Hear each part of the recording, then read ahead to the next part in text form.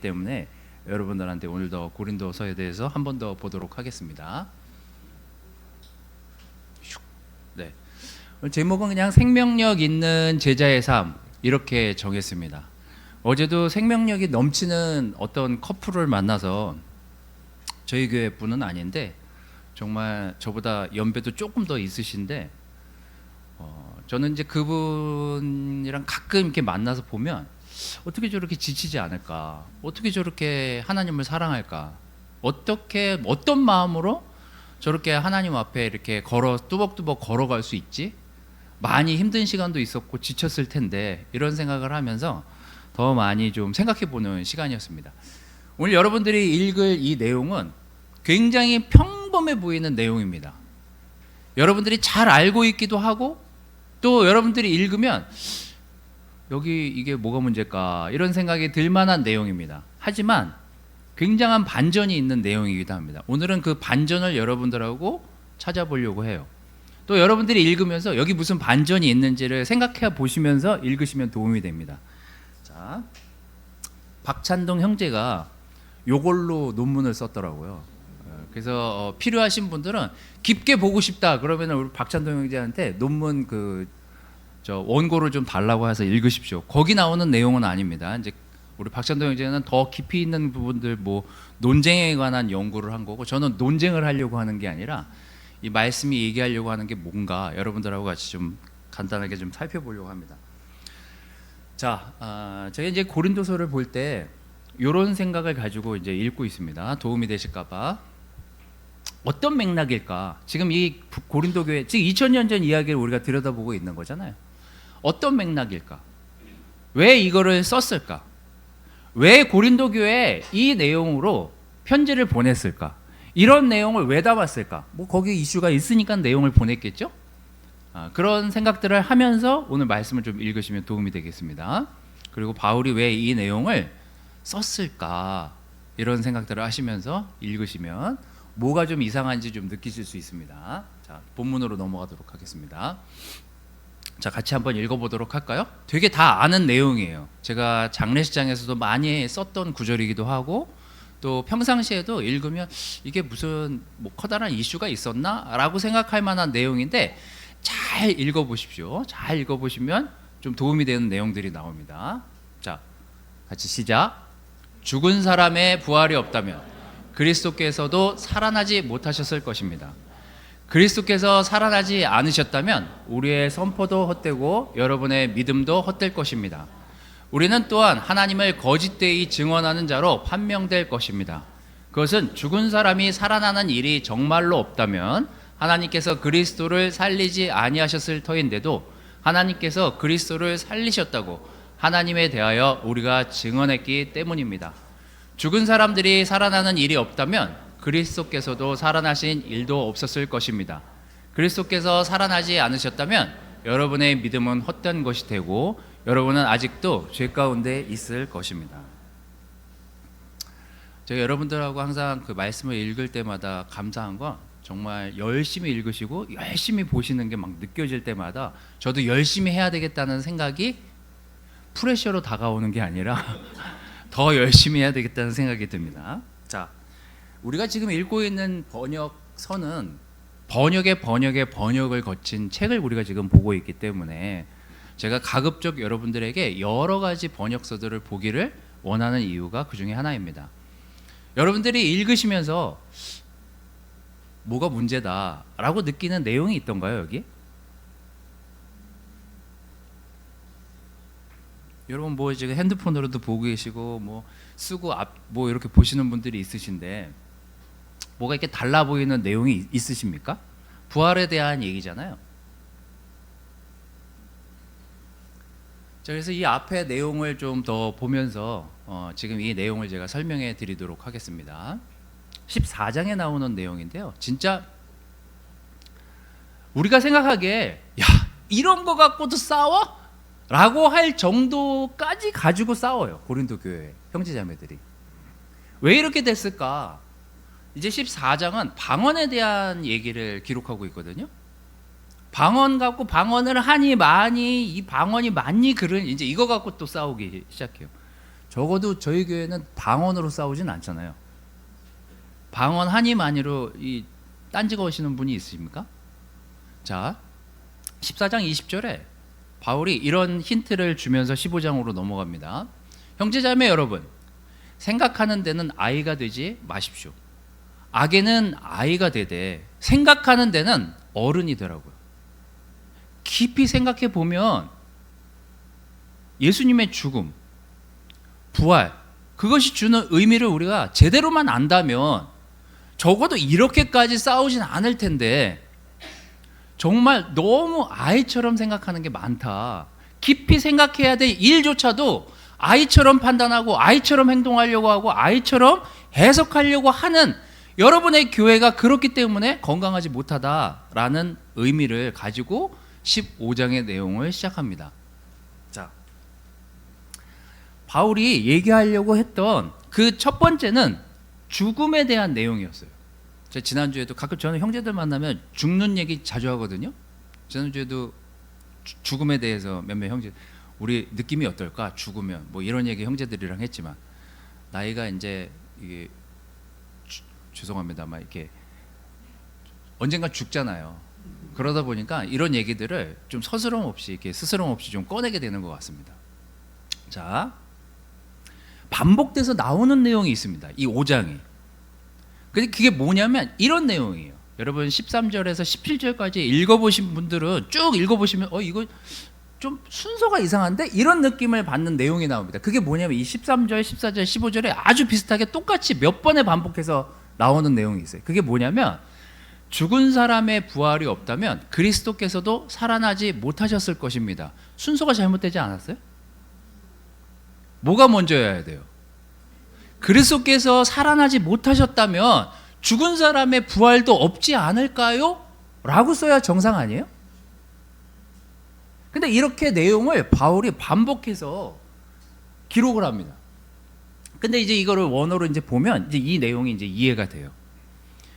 원어는 얘를 죽은 상태, 사람이 죽고 살고 그런 이슈의 동사로 쓰여진 게 아니라 그냥 상태, 죽어 있는 상태, 그걸 얘기하는 거예요. 예수님의 부활이 우리에게 주는 의미가 되게 중요하지만 여러분들이 지금 더 중요하게 생각해야 될 일이 있는데, 그게 뭐냐면 죽은 상태로 계속 남아 있게 되는 것에 대한 문제를 거론하고 있습니다. 지금 고린도 교회의 문제가 뭐냐면 죽어 있는 상태라고 본 거예요. 뭐가요? 사람이 죽어 있는 상태를 얘기하는 걸까요? 아니요. 교회가 죽어 있고 사람들의 영이 죽어 있는 상태를 얘기하고 있어요. 자, 이런 내용이 아주 비슷한 내용이 성경에 이제 몇 군데 나오는데, 아담과 하와, 그 다음에 탕자의 내용은 거의 그 뒷 내용이 거의 여기 지금 13절하고 내용이 비슷합니다. 쓰여진 내용이. 그 다음에 사대교회에 이 공통점이 있어요. 자, 그러면 이제 우리가 다 상식이니까, 아는 상식이니까 아담으로 돌아가서 하나님이 아담에게 하신 얘기가 뭡니까? 내가 이 동산에 있는 모든 것들을 다 취할 수 있다. 하지만 뭐예요? 동산 중앙에 있는 그 나무의 열매만은 먹지 말아라. 먹으면 어떻게 된다고요? 죽을 것이다 라고 얘기했잖아요. 근데 사탄이 나타나요. 사탄이 나타나서 아담에게 한 얘기가 뭐예요? 죽지 않을 거라고 그랬어요. 그런데 그냥 여러분이 아담이라고 생각해 보세요. 이 인간의 죄성이 아주 묘하게 작용을 합니다. 제가 아담이에요. 저도 생각을 해봤어요. 어떻게 하고 싶은지 아세요? 먹고도 싶고 죽고 싶지도 않아. 두 개를 다 하고 싶어요, 우리는. 먹지 말라고 하는데 자꾸 눈에 띄어. 오고 가면서 자꾸 저 왜 죽겠지? 건드려만 볼까? 막 이런 생각하면서 왔다 갔다 하는 게 죄라는 게 그래요. 그래서 호기심 삼아 이렇게 왔다 갔다 하는데 누가 꼬셔요. 괜찮아. 그 정도는 이제 이렇게 된 거죠. 근데 거기다가 플러스 사탄이 한 게 뭐예요? 괜찮아. 안 죽어. 여기까지 한 거예요. 그러면 누구 말이 더 강력한 거예요? 하나님 말씀이 더 강력해요? 사탄의 말이 더 강력해요? 사탄의 말이 속기 더 강력한 거예요. 왜냐하면 두 가지잖아요. 하나님은 먹으면 죽어. 사탄은 뭐예요? 먹어도 안 죽어. 그래서 우리가 속는 거예요. 우리 죄성을 너무나 잘 알잖아요. 그래서 자, 결론은 뭐예요? 먹었어. 죽던가요? 죽었어요, 아담이? 사탄 말이 맞네. 안 죽네? 성경이 거기서 끝나는 게 아니잖아요. 중요한 건 몸은 죽지 않았지만 이미 그는 하나님과의 관계가 단절된 거예요. 그게 죽은 거예요, 이미. 단절이에요. 아담은 더 이상 하나님과 그런 동산에서 얘기하고 있는 정말 놀라운 교제라는 그 관계가 끊어졌어요. 그렇게 죽은 거예요. 바울은 고린도 교회의 상태를 그렇게 보고 있습니다. 탕자로 넘어가 볼까요? 탕자는 간단해요. 아버지가 예수님이 누가복음 15장에 탕자 비유를 들면서 얘기하잖아요. 아버지가 둘째를 맞이할 때 둘째가 오는 모습을 보면서 뭐라고 얘기해요? 죽었던 아들이 살아 돌아왔다. 그래서 내가 기쁜 거다. 이 얘기잖아요. 자, 사대교회의 공통점. 사대교회는 제가 여기 성경을 써왔습니다. 요한계시록 지금 표시를 안 해왔는데 요한계시록 3장에 나온 내용이에요. 이것도 문장이 비슷해요. 요한계시록 3장 1절에 나온 내용입니다. 거기 뭐라고 써있는지 같이 읽어보도록 하겠습니다. 자, 시작. 사대교회의 심부름꾼에게 이렇게 써 보내어라. 하나님의 7영과 7뼈를 가지신 분이 말씀하신다. 나는 내 행위를 안다. 너는 살아있다는 이름은 있으나 실상은 죽은 거라고요. 자, 생명력 있는 제자가 죽는다는 의미는요, 더 이상 하나님과 깊은 교제가 없는 것을 의미하는 거예요. 그냥 육신의 죽음을 뜻하는 게 아니에요, 이거는. 언젠가 죽겠죠. 우리 몸이 언젠가 없어지겠죠. 하지만 더 큰 재앙은 뭔지 아세요? 육신이 죽은 게 아니라 자기의 영과 자기의 믿음이 죽어있는 그 상태가 더 지옥 같은 거예요. 그게 더 괴로운 거예요. 우리는 언제 생명력을 잃을까? 언제 제자로서의 빛을 잃어버리게 될까? 여러분 생각해 보십시오. 왜 사람들이 교회에 있는 사람들을 보면서, 믿지 않는 사람들이 교회에 있는 사람들을 보면서 똑같아 쟤네, 그렇게 느끼는 이유가 뭘까? 영과 생명력이 제자로서의 삶으로 죽어나가면 거기에 부활이 없어요. 우리가 되게 기뻤던 때, 되게 하나님한테 열심히 살아가려고 하고 열심히 하나님 말씀을 들으려고 하고 따르려고 하고 했을 그때를 생각해 보세요, 여러분. 죄와 싸우려고 하고 내 안에 있는 죄를 죽이려고 하고 어떻게 해서든지 살아나서 하나님과의 관계를 가져가려고 하고 하나님을 놓지 않으려고 하고, 그때 사람들은 보잖아요. 예사롭지 않다. 제가 사는 모습이 남과 다르다. 정말 생명이 있어 보여. 뭔가 있어 보여. 그게 그냥 돈이 있어 보여. 뭐가 멋있어 보여. 이런 차원의 얘기가 아니잖아요. 뭔가 있다. 제 안에 뭔가가 살아 숨쉬는 것 같다. 그게 누구였어요? 예수님이었잖아요. 여러분, 우리는 죽지 않고 하나님을 만날 수가 없어요. 그게 세례 아니에요? 우리의 죄를 죽이려고 하고 이제 예전의 나로 살지 않겠다라고 결정한 그때요. 그게 어제였고 오늘이었고 내일이었고 우리의 앞으로의 미래가 되어야 되지 않겠습니까? 우린 매일매일 죽음을 경험하는 삶을 살아야만 부활을 할 수가 있어요. 바울은 고린도 교회가 죽어가는 이유를 진단을 이렇게 했어요. 교회도 죽고 너희가 죽는 이유는 너희가 너희 안에 하나님의 생명력을 잃어가고 있기 때문에 너희가 부활을 제대로 맛보지 못하고 있는 거다. 에베소서 2장 1절 3절은 바울이 이렇게 얘기합니다.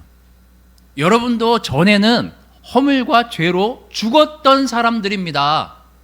그때 여러분은 허물과 죄 가운데서 이 세상의 풍조를 따라 살고 공중의 권세를 잡은 통치자 곧 지금 불순종의 자식들 가운데서 작용하는 영을 따라 살았습니다.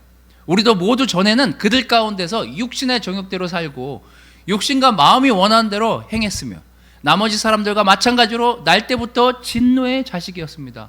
우리가 언제 바뀌었냐고요? 언제 생명력을 찾게 됐고 언제 빛이 나게 됐나요? 우리가 예수님을 주님이라고 시인하고 우리의 영을 죽이고 예수님의 영으로 다시 태어나겠다라고 결정했었던 그 순간에, 그래서 우리는 매일매일 죽어야 하는 사람들이에요. 제가 제일 안 되는 부분이 이런 부분이에요. 그래서 정말 제가 애들한테 좋은 얘기를 정말 잘 하고 좋은 모범을 보이고 좋은 삶을 살려고 하지만 애들이 머리가 커가고 우리 자식들이 이제 커가면서 보여지는 아빠의 모습을 보면서 이상한데? 그럼 진짜 이상한 거예요. 거기서 버팅기면 안 돼요. 저는 가끔 우리 애들이 제 설교를 듣고 있을 때마다 살이 떨려요. 아빠 저렇게 지난주에 안 사는 것 같은데? 뭐 이런 생각을 하면서 들을까 봐 우리 서로 시험에 드는 거지. 중요한 건 우리 모두가 예수님 앞에서 그냥 육으로 죽는 차원의 얘기가 아니라 우리의 영이 살아있는지 죽는지를 체크해 봐야 되는 게 오늘 우리가 해야 될 작업이라는 얘기입니다. 여러분의 영은 어떻습니까? 여러분은 지난주에 정말 예수님처럼 부활하는 그 삶으로 살려고 노력했습니까? 아니면 죄와 타협하려고 하고 어떤 문제에 그냥 굴복하고 세상 사람들과 똑같이 그렇게 살려고 그냥 평범한 사람으로 살았습니까? 저는 여러분들이 처음 예수님을 만나서 죽었다 살아나는 경험을 했던 그 행동을 기반으로, 세례를 기반으로 지금까지 살아오시면서 또 어제까지 우리가 어떤 삶을 살았는지, 어떤 죽음을 경험했는지 여러분들이 한번 생각해 보시기를 바라겠습니다. 두 번째는 부활한 인생을 살아내야 되는데, 이 15장 뒷부분에 이제 바울이 이렇게 부활에 대한, 예수님의 부활에 대한 얘기를 하면서 이렇게 정리합니다. 여러분, 나는 감히 단언합니다. 난 날마다 죽습니다. 이것은 우리 주 예수 그리스도께서 여러분에게 하신 그 일로 내가 여러분을 자랑스럽게 여기는 것만큼이나 확실한 거래요. 우리는 죽고 싶지 않지만 하나님은 우리가 죽기를 바라세요. 예수님은 죽기를 원하셨던 분이 아니신데 그분이 죽을 수밖에 없었던 이유는 우리들의 죄 때문이라고 우리가 배웠잖아요. 그분이 죽으심으로 인해서 사실 우리는 단번에 예수님의 한 번의 죽음으로 인해서 우리는 매일매일 죽을 수도 있지만 우리는 돌아서기만 하면 어떻게 돼요? 부활할 수 있는 능력의 소유자들인 거예요. 엄청난 능력을 갖게 된 거예요. 이거는 아무 종교에서나 있는 내용이 아니에요. 엄청난 선물을 받은 거예요. 그 놀라운 선물을 우리가 다 가지고 있다니까요. 예수님이 누군 주고 누군 안 준 그런 차원이 아니에요. 다 가지고 있어요, 지금. 근데 절차가 있어요. 어떻게 해야 돼요? 일단 내가 죽어야 돼요. 내 죄를 죽여야 되고, 내 죄성, 내 자존심, 내 이기심, 이게 이런 걸 죽이지 않으면 예수님의 부활을 경험할 수가 없는 거예요. 그래서 바울이 고린도 교회에 여러분들은 그 문제 속에서 맨날 갈등하지만 나는 날마다 예수님 안에서 죽는데요. 왜요? 부활할 수 있으니까. 고린도전서 15장 뒷부분에 이제 고린도 교회를 향해서 이런 전달을 하면서 메시지를 좀 정리합니다. 자, 좀 리얼한 얘기지만 내가 에베소에서 맹수와 싸웠다고 하더라도 그게 인간적인 동기에서 내 힘 자랑하려고 한 것이라면 그게 무슨 유익이 되겠습니까? 저한테. 제가 그러려고 싸운 게 아니잖아요. 이 얘기예요, 지금. 만일 죽은 사람이 살아나지 못한다면 우리 똑같잖아요. 내일이면 죽을 텐데 먹고 마시자 할 거라고요. 속지 마십시오. 나쁜 동무가 좋은 습성을 망친대요. 그래서 여러분 아까 인사한 우리의 관계는 엄청 중요한 관계인 거예요. 왜요? 부활이라는 선물을 다 갖고 있는 사람들이 앉아서 물어봤기 때문이에요.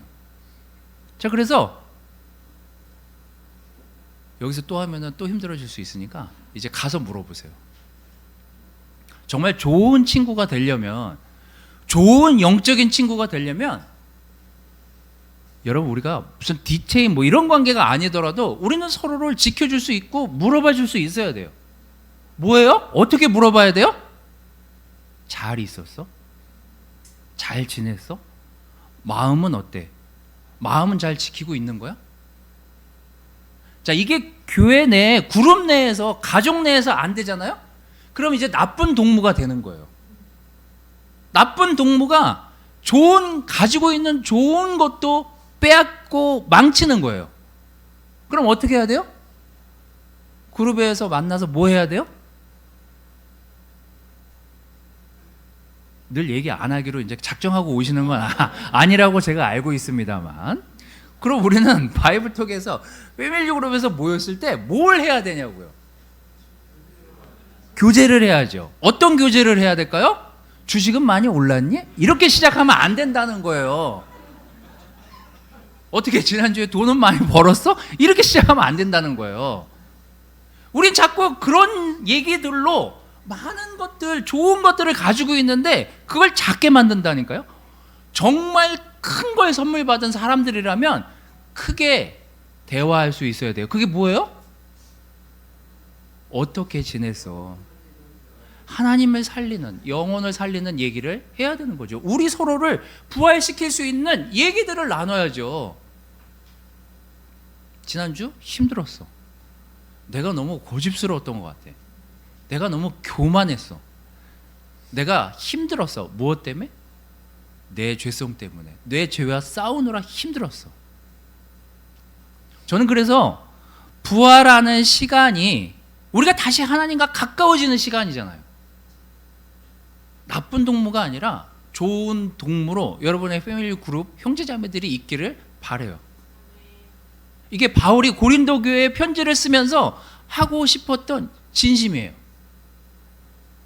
내가 왜 싸우고 있냐 지금. 내가 왜 이 믿음의 싸움을 싸우고 있는지, 왜 내가 이 편지를 보냈는지 여러분들이 알기를 바란다고요. 우린 놀라운 선물을 가진 사람들임에도 불구하고 놀라운 선물이 없는 것처럼 사는 그 교회가 안타까워요. 그게 고린도 교회에서 진짜 1장부터 16장까지 읽어보세요. 진짜 별 대수롭지도 않은 것 갖고 싸운다니까요. 먹는 것 갖고도 싸우고. 한 번 싸우잖아요? 한 번 싸우고 맘 상하잖아요? 그러면 별 대수롭지도 않은 것 갖고 또 싸운다니까요. 이게 마음이 상해서 문제인 거예요. 마음이 상해서. 마음이 건강해지고 마음이 진짜 서로 괜찮은 상태에서 이야기가 되면은요, 어떤 얘기든 들을 수 있어요. 저도 제가 제 죄성이 어디서 나오냐면 인정하고 싶지 않을 때, 맞는 것 같은데 내가 이 말을 하는 순간 더 공격받을 것 같아. 특히 가족들한테. 그런 게 많아요. 가족들한테 고집 피울 때가. 특히 아내한테 지고 싶지 않아. 되게 찌질해요, 제가. 그리고 뭐 아내를 어떻게 해서든지 이겨먹어 보려고 하고 승질 좀 부려봤다가 한 번도 승질을 안 내요. 그게 더 열받게 해요, 저를. 너무 차분하게 얘기해요. 하여튼 그런 거. 그래서 제 죄성이 막 더 나오는 거죠, 가족들한테. 그래서 항상 저에 대해서 물어보셨는데 제가 나 잘 지내 그러면 그걸 믿지 마세요. 우리 와이프나 애들한테 가서 물어보세요. 니네 아빠 진짜 잘 지내니? 이러고 물어보세요. 그럼 이제 거기서 정확한 답변을 들을 수가 있어요. 우리가 속지 않기를 바래요. 속을 수도 없을 뿐만 아니라 우린 죽음을 경험했던 사람들이기 때문에 놀라운 선물, 놀라운 능력을 가지고 있는 소유자들이에요. 그 원어로 보면 되게 놀라운 내용들이 많은데, 부활, 여러분 다 생각해 보십시오. 직장에서 아니면 여러분 주변에 있는 사람들을 믿지 않는 사람들을 만났을 때 이 부활의 개념이 어떤 개념이냐면요, 다른 사람들은 죽었다 일어나 본 경험이 없잖아요. 근데 믿는 사람들은 일어나잖아요. 그걸 고백을 하고 오픈을 하고 내가 하나님께 가려고 해서 다시 일어나잖아요. 그럼 이제 사람들이 죽어있는 사람들 가운데 일어난 사람이 누구예요? 부활 선물을 받은 사람들이잖아요. 바울이 이 부활을 설명하기를 이렇게 설명하는 거예요. 너희들이 놀라운 능력을 가졌기 때문에 이게 세상 사람들이랑 같이 있을 때 티가 딱 나는 거예요. 왜 그래요? 세상은 그냥 죽었잖아요. 죽어있는 상태인지도 모르고 그냥 죽어있잖아요. 아까 얘기했잖아요, 제가. 근데 여러분들은 일어나 있잖아요. 다른 사람은 다 죽어 있는데 여러분만 일어나 있는 그 모습을 다른 사람이 본다고 생각해 보십시오. 엄청난 능력을 가지고 엄청난 선물을 가지고 지금 살아가고 있는 거예요, 우리가. 그래서 다른 사람들이 저 사람한테 있어서의 저 생명력은 뭘까? 저건 뭐지? 내가 한 번도 경험해 보지 못한 저 살아있는, 진짜 살아있는 저 사람의 저 본 모습은 어디서 나온 걸까? 그때 교회와 사람들이, 여러분이 빛나는 거예요. 여러분 15장 2절에는요 그래서 시작할 때 이렇게 얘기해요. 내가 여러분에게 복음으로 전해드린 말씀을 헛되이 믿지 않고 그것을 여러분들이 굳게 잡고 있으면 그 복음을 통해서 여러분도 결국 구원을 얻게 될 거라고요. 저는 이 구절로 이 부활한 인생을 정리하고 있습니다. 이 15장 마지막 절에 나오는 내용이에요. 그래서 여러분 뭘 논쟁하고 싸우고 그럴 게 아니라 나의 사랑하는 형제자매 여러분, 굳게 서서 흔들리지 말래요. 그리고 주님의 일을 더욱 많이 하래요. 이 일은 아침에 나와서 교회 청소하고 뭐 이러란 내용이 아니에요. 어떤 내용이에요? 더욱더 하나님과 관계를 쌓는 일에 정진하라는 거예요. 왜냐하면 너무 쉽게 뺏기니까요. 사탄이 주는 유혹이 너무 강력해요, 여러분. 죽지도 않고 먹을 수도 있고. 우리 맨날 효율을 따지잖아요. 가성비 이런 거 따지잖아요. 딱 속기 쉽다니까, 이 세상이. 근데 예수님의 방법은 가성비가 아니에요. 이건 죽고 사는 문제예요. 영이. 자, 그래서 바울이 이 고린도 교회에 이렇게 매듭을 짓습니다. 굳게 서서 흔들리지 말라고요. 주님의 일을 더욱 많이 하면서 여러분이 아는 대로 여러분의 수고가 주님 안에서 헛되지 않도록 그렇게 살라고요. 여러분의 내일이, 여러분의 이 시간 이후의 시간이 그렇게 되기를 바래요. 제가 어제 이제 어떤 커플이랑 시간을 보냈는데 그분 안에 그 열정이 있더라고요. 나는 내가 가진 달란트로 하나님께 어떻게 해서든지 쓰임 받고 싶어. 그게 평생에 내가 하나님한테 기도하고 있는 내용이야. 그 부분에서 제가 많이 사실 뭉클했어요. 제가 더 돌이키게 됐고 회개하게 됐고, 그런 때가 있었는데가 아니에요. 그렇게 살아내기를 바랍니다. 여러분 생명력 넘치는 교회뿐만 아니라 생명력 넘치는 제자의 삶을 살기 바래요. 우리 자녀들이 여러분들을 보고 있습니다. 저를 보고 있어요. 어떻게 연결되어 있는지, 어떻게 하나님과 관계를 갖고 있는지, 쌓고 있는지 여러분의 주변에 있는 형제자매들이 보고 있습니다. 저는 생명력이 넘치는 제자들을 볼 때마다 그 특징이 여기 있다라고 생각했어요. 매일매일 죄와 싸우고 매일매일 예수님께 다시 부활하려고 하는 그 올바른 태도를 가지고 살려고 하는 형제자매들을 만날 때마다 제가 뜨끔하게 되는 거예요. 그래서 우리는 좋은 친구들, 좋은 동무들을 가졌습니다. 여러분 그룹에, 여러분 가족에. 여러분 매일매일 여러분의 죄와 여러분의 마음과 싸우셔서 매일매일 죽음을 경험하는 놀라운 그 제자의 삶을 살아가시기를 바랍니다. 부활한 사람의 인생은 너무 아름답더라고요. 언젠가 우리가 예수님 앞에 진짜 육신이 죽고 부활해서 예수님 앞에 서겠지만 우리는 매일매일 예수님의 제자로서 이 삶을 경험할 수 있는 특권이 우리에게 주어져 있어요. 우리는 오늘도 부활할 수 있고 내일도 부활할 수 있습니다. 단 우리가 예수님 안에서 올바로 죽을 수만 있다면요. 저는 여러분들 뿐만 아니라 저를 포함해서 생명력 있는 제자의 삶을 살기를 바라요. 여러분 매일매일 여러분 안에 있는 죄와 믿음의 싸움을 계속해 나가시기를 바라겠습니다. 아름다운 부활의 삶을 살아가시는 여러분들이 되시길 바라면서 말씀을 마치도록 하겠습니다.